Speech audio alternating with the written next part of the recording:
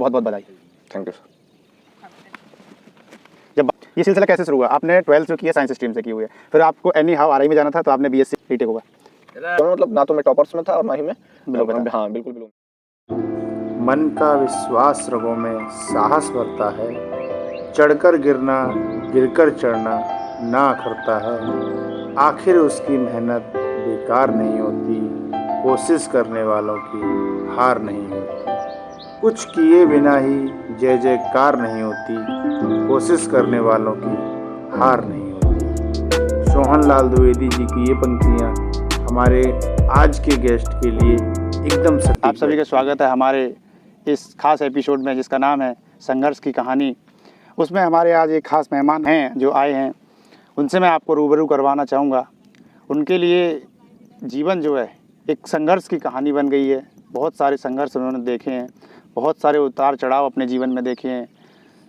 पारिवारिक स्थिति इतनी अच्छी ना होने के बावजूद भी संघर्ष करते रहे, मेहनत की और आज इस मुकाम पे हैं कि उनके पास 2 सरकारी नौकरियां हैं। और शौक़ के हिसाब से देखें तो उनको राइडिंग करने का शौक़ है। तो अब इसी के साथ ज़्यादा विलम्ब ना करते हुए मैं आपकी मुलाकात कराता हूं राहुल जी से। पहले तो आपको बहुत बहुत बधाई, जिसका आपको बेसब्री से इंतज़ार था, वो मुकाम आपने हासिल कर ही लिया है। आप यूपी में टीजीटी सोशल साइंस सेलेक्ट हुए हैं, आपके लिए बहुत बहुत बधाई। जब बात इसकी हो ही रही है तो मैं आपसे प्रश्न पूछना चाहूँगा कि बताइए आपने इसके लिए कितनी मेहनत की है? सर एक्चुअली मेरा कॉलेज कंप्लीट होने से पहले ही मैं उत्तर प्रदेश पुलिस में एज ए कांस्टेबल सेलेक्ट हुआ और घर की आर्थिक परिस्थितियाँ ठीक ना होने की वजह से मेरी इच्छा पुलिस विभाग में ना जाने के बावजूद भी पुलिस विभाग में मेरी जाना ये कहें मजबूरी थी या ये कहें कि मेरी इच्छा थी, जो भी समझे। लेकिन पुलिस विभाग में जाने के बाद वहाँ की कार्यशैली, वहाँ की व्यस्तता देखने के बाद मुझे लगा कि मैं इसलिए मतलब इस डिपार्टमेंट के लिए शायद नहीं बनाऊँ। काफ़ी अच्छा माहौल है, सारी चीज़ें अच्छी हैं, लेकिन सभी चीज़ें अच्छी हैं लेकिन सभी चीज़ें सभी के लिए अच्छा हों ऐसा नहीं है। तो वही कंडीशन मेरे साथ हुई थी। बिल्कुल। तो ट्रेनिंग हुई, ट्रेनिंग के दौरान मेरा ट्रेनिंग पैरामिलिट्री में गई, वहाँ पर फिजिकल वर्क इतना, उसके बाद में फिर कार्यशैली इतनी मतलब व्यस्तता से भरी हुई, खुद के लिए समय ना दे पाना। तो फिर मैंने चुना कि टीचर बनना है और जहाँ से मैं मेरी शिक्षा हुई है, जहाँ से जिस कॉलेज जिस स्कूल से, तो वहीं मैं मन बना चुका था कि मतलब अब टीचिंग में जाना है। नवोदय में मेरी इंटर्नशिप हुई, वहाँ से और मोटिवेशन मिला। तो पुलिस में रहते हुए ये तैयारी का दौर शुरू हुआ और एक कुछ मेहनत के बाद कुछ दिन रात कुछ समय मिला, तो इस तरह से यहाँ तक का सफ़र तैयार हुआ। आगे आपको थोड़ा पीछे ले जाना चाहूँगा। उस समय जब आपने इसके लिए बहुत मेहनत की, दिन रात मेहनत की थी यूपी टीजीटी में सेलेक्ट होने के लिए, जॉब के लिए, लेकिन जैसे ही रिजल्ट आया तब आपने देखा कि आपका नाम चयनित सूची में ना होकर अतिरिक्त सूची में था, तब आपको कैसा महसूस हुआ और जो प्रेशर था वो आपने उसको सिचुएशन को कैसे डील किया? सर जब तक रिजल्ट नहीं आया था उससे पहले तक मुझे लगता था कि ऐसा नहीं हो सकता कि सिलेक्शन ना हो और मेहनत करें उसका फल ना मिले। क्योंकि मैं जिस हद तक मेहनत कर सकता था उस हद तक मैंने मेहनत की और जब ये सारा काम हुआ, मेरा सिलेक्टेड में नाम नहीं आया, वेटिंग में था, तो फिर मुझे लगा कि ये मतलब कहावतें और कहानियाँ हैं सिर्फ कि मेहनत करो और कुछ हासिल ना हो, ऐसा हो ही नहीं सकता। मतलब मैं मेंटली और इमोशनली मतलब पूरी तरह से मतलब बहुत ही ज़्यादा वीक मतलब टूट चुका था, ऐसे कह सकते हैं। मतलब आपको ऐसा लग रहा था कि मैंने जितनी मेहनत कर सकता था वो मैंने अपना मतलब मैक्सिमम दिया, 100% दिया, तो मुझे सफलता मिल जानी ही चाहिए। हाँ, मतलब मैं ये हालत थी यूपी टीजीटी के एग्ज़ाम से पहले के 6 से 7 महीने तक, मतलब उससे पहले भी पढ़ाई चल रही थी, लेकिन जब नोटिफिकेशन आया उसके बाद कि मतलब सप्ताह हो जाता था और मैंने सूरज तक नहीं देखा। मतलब कमरे के अंदर ही सारी चीज़ें। तो उसके बावजूद भी फिर ये सारा रिजल्ट आया, तो फिर मुझे लगा कि आपने मतलब सोसाइटी से अपने आप को एकदम कट कर लिया हाँ और सिर्फ 100% दिया अपना स्टडी के लिए, पढ़ाई करने के लिए। हाँ। और रिजल्ट आने के बाद में और ये सब चीज़ें हुई, उसके बाद में फिर मतलब ऐसे लगा जैसे सारी इच्छाएं ख़त्म सी हो गई, और मतलब कहते हैं मतलब पूरी तरह से डिमोरलाइज हो जाना, और मतलब अब जैसे कि कोई उद्देश्य ना रहा हो ज़िंदगी में। नहीं, लेकिन फिर उसके बाद आपका सिलेक्शन यहाँ पे दादर नगर हवेली में हुआ DNH में, तब थोड़ी सी मतलब कैसे उम्मीद जागी थी, क्या महसूस हुआ फिर आपको? हाँ सर, वो रिजल्ट आने के बाद में और ये इधर सेलेक्ट होने से पहले तक जब मैं उस बीच दौर से गुजरा था, तो सिर्फ और सिर्फ मतलब पढ़ाई लिखाई में मन लगता नहीं था। खाना खा लिया, लेट लिए, फ़ोन चला लिया। इधर का जब सिलेक्शन हुआ तो फिर मुझे लगा कि हाँ, मैंने DNH के लिए ऐसे प्रॉपर तैयारी नहीं की थी, यूपी की तैयारी से ही मैंने ये एग्ज़ाम दिया था। फिर मुझे लगा कि हाँ, मतलब अगर मेहनत की जाए तो हो सकता है जहाँ के लिए मेहनत कर रहे हो वो काम ना आए, लेकिन हाँ, वो मेहनत DNH में काम आई और DNH में मतलब सफलता मिली। हाँ, वो आप मतलब वो जो किसी कहावत है कि सही है सरस्वती कभी बांझ नहीं होती, मतलब कहीं पे हमने अपने आप को इन्वेस्ट किया और कहीं जाके हमें फल मिला, तो ये बात सत्य है। बिल्कुल। मतलब कहने का मतलब कि जैसे स्कूल में भी टीचर्स लोग कहते थे हमारे कि पढ़ाई कभी भी बेकार नहीं जाती, और कहीं ना कहीं वो काम आ ही जाती है, चाहे प्रत्यक्ष रूप से अप्रत्यक्ष रूप से। तो ये कहें कि अप्रत्यक्ष रूप से तो नहीं कह सकते, अगर कहें भी कि अप्रत्यक्ष रूप से ये DNH में मुझे मतलब उसने सफलता दिलाई। अगर वो पढ़ाई नहीं की होती तो शायद क्या मतलब कन्फर्म ही मेरा सिलेक्शन इधर भी नहीं होना था। चलिए, कौन तो भला तो सब भला। सब हाँ। भला। मैं आपको बता दूं, ये जो एपिसोड शूट कर रहे हैं हम, ये दमनगंगा रिवर फ्रंट है, सिलवासा में स्थित है DNH में। चलिए अब बात करते हैं, हम थोड़ा पीछे चलते हैं। आपके हम स्कूली शिक्षा के बारे में कुछ जानना चाहेंगे। जब स्कूली शिक्षा की शुरुआत कैसे हुई, कहाँ से आपने स्कूली शिक्षा की है अपनी, उसके बारे में कुछ बताइए।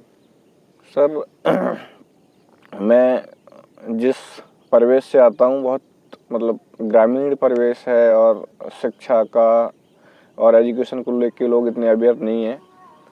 और उस मतलब जिस टाइम पे मतलब मैं पढ़ रहा था, स्कूली शिक्षा की शुरुआत हो रही थी जब मैं 4th-5th में था, तो मेरे पिताजी भी मतलब एज ए प्राइवेट टीचर पढ़ाते थे। मैं इसी स्कूल में पढ़ता था, तो उसी स्कूल में हमारे गांव के ही एक और टीचर थे, तो उनका बेटा नवोदय विद्यालय में सिलेक्ट हुआ था। तो उनसे मोटिवेशन मिला कुछ, लेकिन वो थोड़े बड़े थे तो बीच में गैप था 2 साल का, लगभग 2-3 साल का। उसके बाद में उसी दौर में मैं गर्मियों की छुट्टियों में नानी के घर गया। वहाँ पे एक मतलब हमारे नाना के जो पड़ोसी हैं उनके घर पे एक टीचर रहते थे, उनकी लड़की जस्ट सेलेक्ट हुई 2006 में। फिर वहाँ से ही मोटिवेशन मिला, मैंने कहा वो भी सिलेक्ट हो गए, वो भी सिलेक्ट हो गए। तो मुझे तो इतनी समझ नहीं थी, तो मतलब जो मेरे नाना और मामा वगैरह थे उन्होंने कहा कि मतलब पढ़ने में ठीक ठाक है और फॉर्म डलवाना चाहिए। तो फिर फॉर्म अप्लाई किया, मेहनत की, तो इस तरह से मेरा सिलेक्शन 2007 में नवोदय विद्यालय बदायूं में हुआ। फिर स्कूली शिक्षा जवाहर नवोदय विद्यालय से, और उसके बाद में NCERT की क्षेत्रीय शिक्षा संस्थान RI अजमेर से ग्रेजुएशन और BEd, और इस तरह से स्कूली शिक्षा। मतलब स्कूली शिक्षा आपके एक रेपुटेटेड स्कूल जवाहर नवोदय विद्यालय से हुई है। उसके बाद आप एजुकेशन आपने BSc BEd जो किया है रीजनल इंस्टीट्यूट ऑफ एजुकेशन, क्षेत्रीय शिक्षा संस्थान जो NCERT रन करती है, वहाँ से हुई है। तो अब ये बताइए कि आप ये प्री डिसाइडेड था कि आपको टीचर बनना है, या जॉब की तलाश में शिक्षक बन गए? नहीं सर, प्री डिसाइडेड कह सकते हैं, लेकिन जब मैं मतलब जब बच्चा सोच रहा होता है कि मुझे ज़िंदगी में क्या करना है, या फिर मैं मतलब मेरा इंटरेस्ट क्या है, चाहे वो बेशक अनजाने में ही सोच रहा हो। उस टाइम पे मैं सोचता था 10th तक क्या मतलब जब तक मैं ITBP में गया था, और ITBP में मुझे पता चला कि मतलब मैं मेडिकली अनफिट हूँ, खासकर मिलिट्री और पैरामिलिट्री के लिए। तो उससे पहले तक मैं सोचता था कि मुझे डिफेंस में जाना है और एज ए ऑफिसर डिफेंस में काम करना है। मतलब जुनून था, मतलब कह सकते हैं देश के लिए जुनून, देश के लिए लड़ना। वर्दी के लिए मतलब चाहते थे कि मतलब उधर जाएं, मस्त रहें, एक जिंदगी मिली है तो देश के लिए क्या फर्क पड़ता है, मतलब है ना, अपने लिए जी तो क्या। तो फिर ऐसे करके उसके बाद में पता चला कि मैं मेडिकली अनफिट हूँ। उसके बाद मैं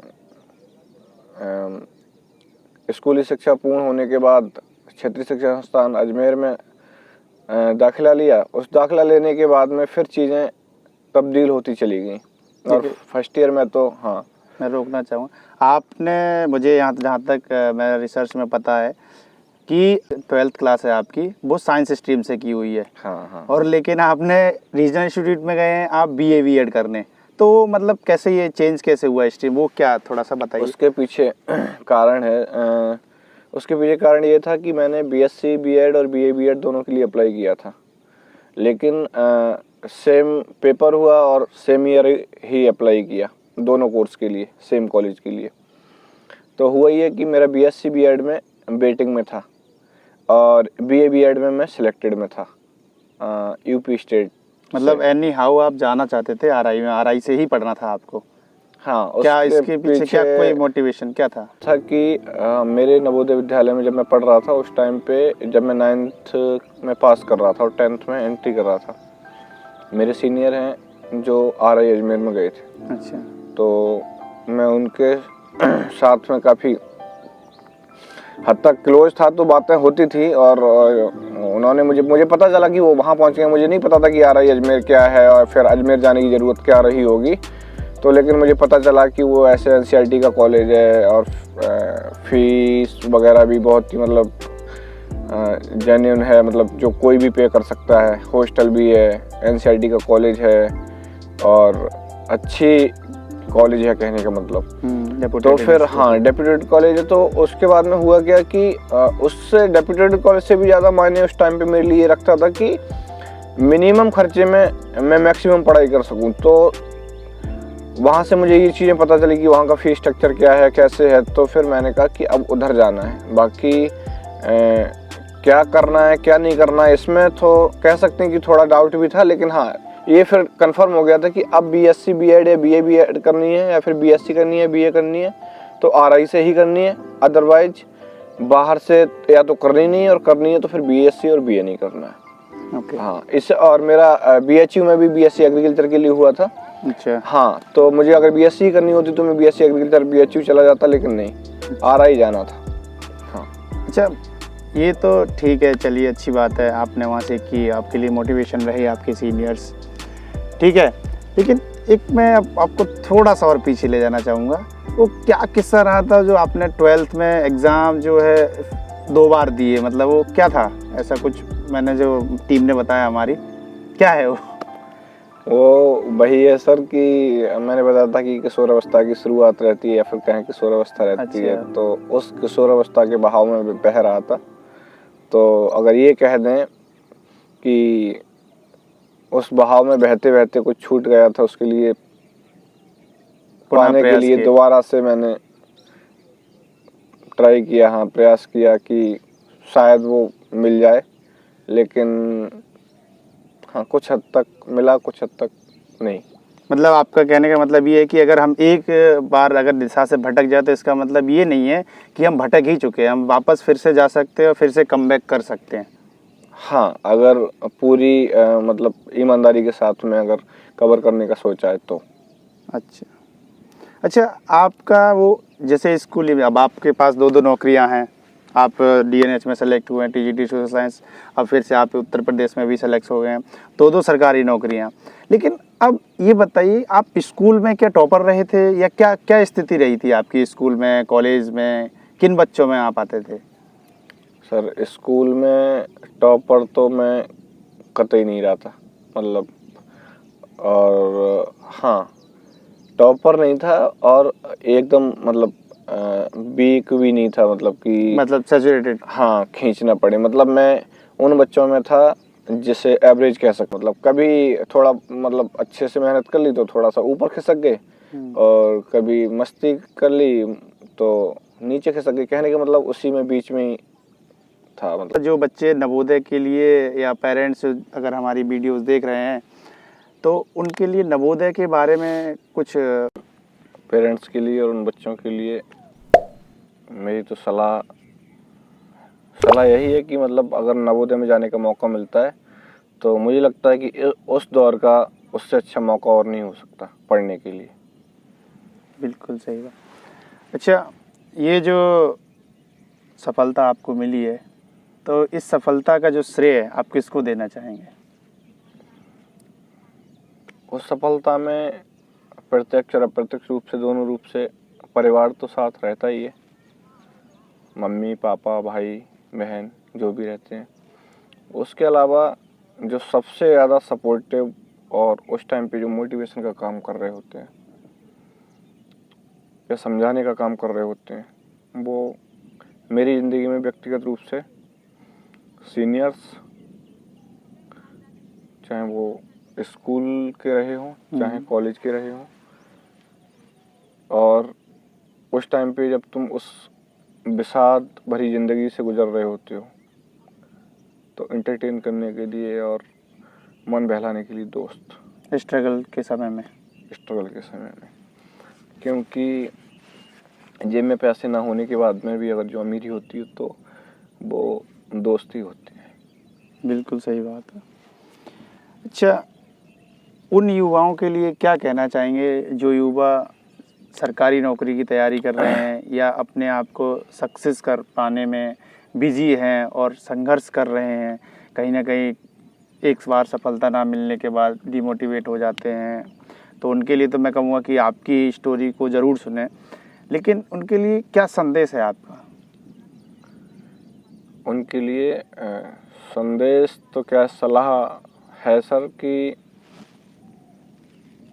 अगर वो पूरी जी जान से और पूरी शिद्दत के साथ लगे हैं और अगर उन्हें मेहनत करने के बावजूद भी कहीं सफलता में चूक हुई और नहीं मिली है तो मुझे लगता है कि टूटना, डिप्रेस हो जाना ये स्वाभाविक सी चीज़ें हैं, लेकिन उनको कंट्रोल करते हुए और ज़िंदगी में आगे के बारे में सोचना या फिर नेक्स्ट स्टेप क्या होगा उसी को लेके बैठे रहने से तो कोई समाधान नहीं निकलने वाला। लेकिन हाँ, आगे के लिए सोचना है, चाहे जो भी सोच रहे हैं, और वो जो मेहनत की है वो कहीं ना कहीं कामयाब ज़रूर बनाएगी या फिर कहीं ना कहीं मदद ज़रूर करेगी। और मदद क्या हो सकता है कि उसी सिर्फ और सिर्फ उसी हार्ड वर्क की वजह से तुम्हें दूसरी जगह सफलता मिल जाए।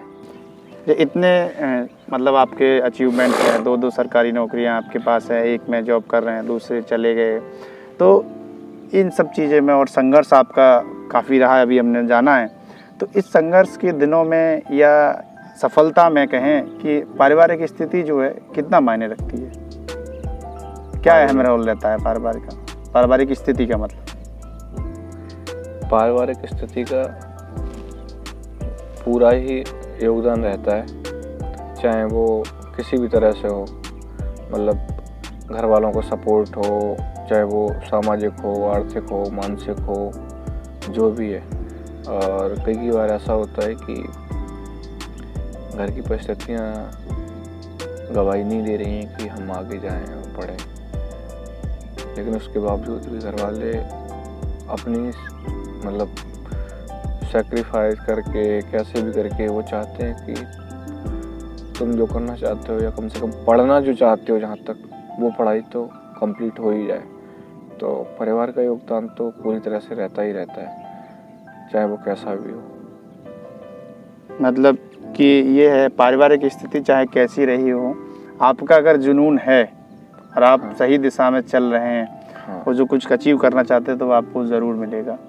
और यही बात मैं पेरेंट्स से भी कहना चाहूँगा, जो हमारे पेरेंट दर्शक बने हुए हैं, अपने बच्चों के लिए सपोर्ट करिए, किसी से कंपेयर मत करिए, बच्चा जो करना चाहता है उसको करने दीजिए। क्योंकि राहुल जी के केस में भी आपने देखा, एक बार अच्छे मार्क्स ना आने पर उन्होंने कमबैक किया, फिर से गए, फिर से एग्ज़ाम दिए और फिर से अचीव किया इन्होंने। और देखिए आप, इनके पास आज 2 सरकारी नौकरियां हैं और ईश्वर की कृपा से आगे भी और ये अध्ययनरत रहेंगे और भी अच्छा मुकाम पे पहुंचेंगे।